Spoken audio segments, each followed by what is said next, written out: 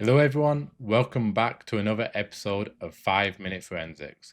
I'm the video forensics guy, and today I'm going to be taking you through how to enhance dark footage. Have you ever tried to analyze dark, noisy CCTV footage and struggled?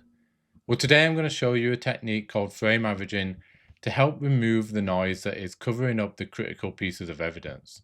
I'll also share some of my pro tips that you can use after the frame averaging step to better visualize any information you've got from your video. So what do we mean by noise in video? Well, noise in video can be defined as a random variance in pixel values. If I zoom into this footage at a pixel level, you'll see how the values of the pixels are constantly changing. This change in values is what makes it difficult to see the information there. The reason we get noise in dark footage is because as a camera is operating in low light conditions, it will boost its sensitivity. This is also called the ISO settings. When this is boosted though, it will also amplify random electronic noise. So how can we remove this noise and be able to see the critical pieces of information within our video? Well, we can do this by using a technique called frame averaging. Frame averaging works because in video, noise is always going to be random, whereas the detail in the information is going to remain constant throughout the frames. If we start to integrate the frames together, stacking them on top of each other, this is going to allow us to cancel out the noise and preserve the information and the detail within that video. Okay, so I've loaded that video into 5 now, and we're going to go through the process of how we do the frame averaging. One of the most crucial and important steps is identifying the right range of frames that you're going to use. For this video, I know I can use the first sort of 100 frames to do this. You may not be as lucky to have as many frames, but often you only need a few frames to be able to do the frame averaging. The next part of the process is to ensure that the license plate remains static throughout the video. You can see if I move through this video, there's a bit of movement. I need to correct this by stabilizing the video.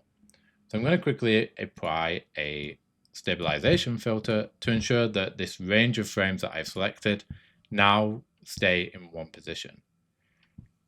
At this point, the video is ready to be frame averaged. So I'm going to go to my integration and frame average this video.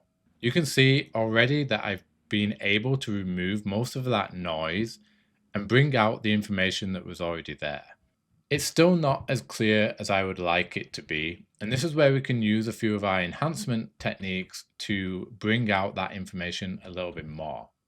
One of the most basic and impressive ways of doing this is increasing the contrast in the image.